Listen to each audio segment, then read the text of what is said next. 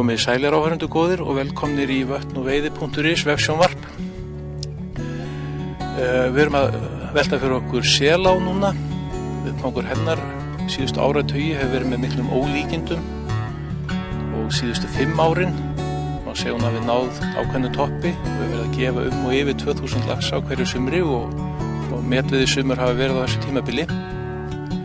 Og enn horfir þar til betri vegar. Þar nú verið að gera nýjan laxastiga sem á eftir að auka framleiðslu laxaseiða og hugsanlega fjölga stöngum í ánni til lengri tíma litið.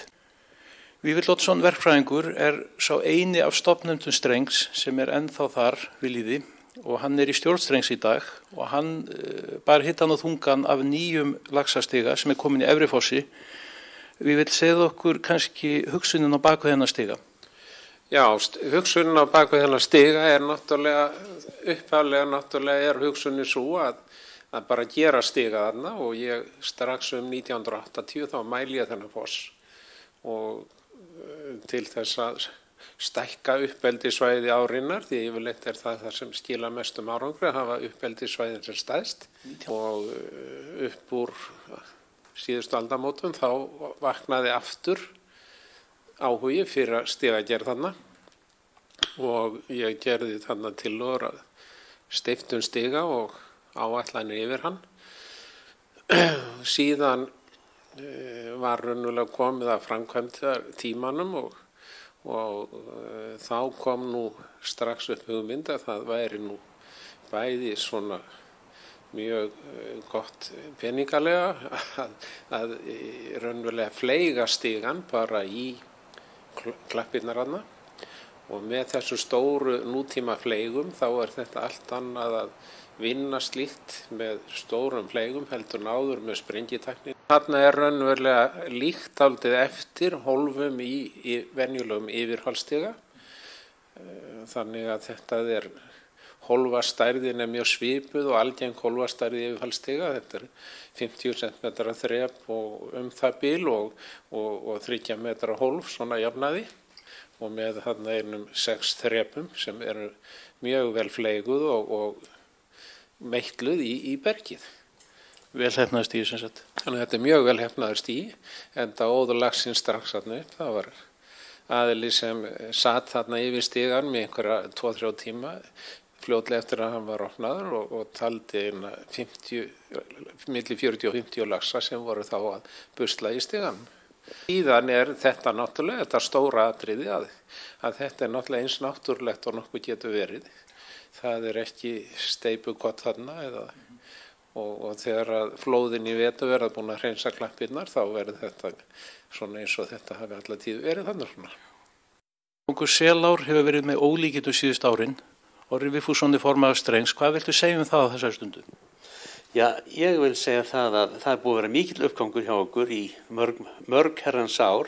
Strengur búin að vera þarna í yfir 40 ár við ána. Og eins og hefur komið fram áður, þá búið að þrefalda veiðina þarna 3 sinnum. Við vorum svo heppnir að það voru menn, félagar okkar sem komu að þessari á og Vífill Oddsson, félagi minn þarna, hann verkfræðingur sem sérfræðingur okkar Íslendingi að byggja stiga. Hann gerði stiga í neðri fossinn.